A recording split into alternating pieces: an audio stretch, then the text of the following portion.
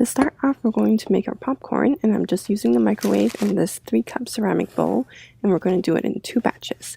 So I'm going to use coconut oil because I have some at home. You can also just use some olive oil or vegetable oil. And it's really solid right now because my home is very cold. It's the winter time. So I'm just using a small spoon and scooping out a little plop. It's about half a teaspoon or so. And I'm just going to plop it into the bowl.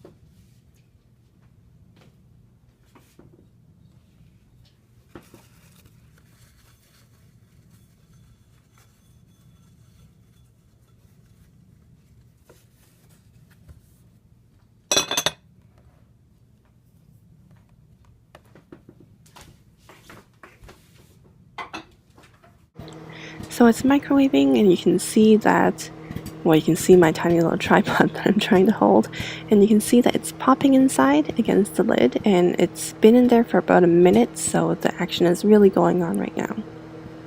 I don't know if you can hear it. Yeah, you can probably hear it. So now we're just waiting until the first batch is finished. And from experience, the popcorn should fill pretty much right up to the top of the lid.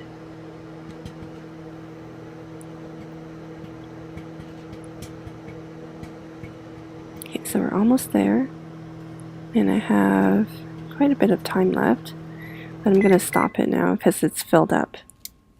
Okay, so we have our first batch of popcorn popped, and I'm just leaving it on the metal between the 2 sinks because it's really hot. So now we're going to make our caramel for the caramel corn, and I'm just using a small 6-inch non-stick pan. And non-stick pans are not the best to use for caramel because first the sugar sort of scratches the bottom, or there's a chance for the sugar to scratch the bottom, and also apparently the non-stick coating makes it easier for the sugar to crystallize, but I find it's the fastest way and the cleanest way to do it. So it's a small amount. It's about half a cup of sugar, just plain white sugar. And then I'm going to use honey, and there's Chinese on my honey label. It's just regular white honey, and the reason I'm adding honey is because a different form of sugar, so I have granulated sugar, and now I'm adding some liquid sugar. Different form of sugar makes it less easy to crystallize. And crystallizing is when the caramel gets really gritty, and you can't really stir it. It's not liquid and won't cover all the corn properly. So I'm just giving 2 large squirts, which is about 2 tablespoons or so, and putting the stove on medium-high. I also have a spray bottle with some water that I'm going to spray the edges of the sugar with it, just to get it to start dissolving a little bit. Normally when making caramel you have to add water, but the more water you add, the longer it takes for the sugar to caramelize, because the water has to evaporate before that happens. So I'm just spraying the edges to help it liquify, and I'm keeping the spray bottle close by in case I see parts of it crystallizing or parts of the caramel cooking faster than the other. A spray bottle is a really good way to control the temperature. So while the caramel is going away on the stove, I figured I would pour the finished popcorn into a large metal bowl so that I can make the second batch. So I'm not dumping it in all at once, first of all, because the bowl is a little bit slippery and from the coconut oil, and there might be some unpopped kernels in the bottom that I want to keep out of the caramel corn mix. So I'm trying to do it slowly, but it's hard because I'm holding I'm actually filming with my iPad and holding it awkwardly with one hand and then doing everything else with my other hand. So here are some unpopped kernels. I don't have too many, which means that it was a good batch, but these ones you want to throw out. They're really hot. They're like long after the popped kernels have been cooled and you can eat them already. These ones are still really, really hot because the heat is still trapped in there and hasn't been converted to expansion work. So it's really hot and you just want to throw them out. They won't pop again if you put them in the microwave. Okay, so it's been a minute or so and I'm just checking on my caramel and I can see the sides have started to liquefy. You can see the large bubbles there, which means the water is sort of boiling out, but the center is still there's still a mass of sugar. So I'm just trying to swirl the pan. And as I said, I'm holding an iPad with my left hand and trying to work with my right hand. So I'm going to use both hands and put the camera down for a second. Okay, so I've swirled it and my second batch of popcorn is popping in the microwave. And there's about a minute left. And caramel's going. You can see the bubbling is a little bit slower now. And yeah, I swirled the pan a bit more. So one thing I want to say is that because the surface area is so big and my house is pretty cool because it's the winter, the top of the sugar is actually a lot cooler, about almost 100 degrees cooler than the bottom where the sugar is touching the pan. So I'm just spraying it in case it crystallizes, and with spraying you have minimal amount of water, but it prevents the sugar at the top from crystallizing due to the high difference of temperature. And you can see that the bubbles are going bigger and clustering closer. We're going to wait until the whole thing turns a bit more golden brown. So I'm going to add about a tablespoon of butter to the caramel, and it's just for flavor. It's not essential to the recipe. You can also add a little bit of, well, flavor and mouthfeel. It's a little bit smoother. And you can also add a little bit of coconut oil if you want. But I like the taste of butter, so I'm going to add that.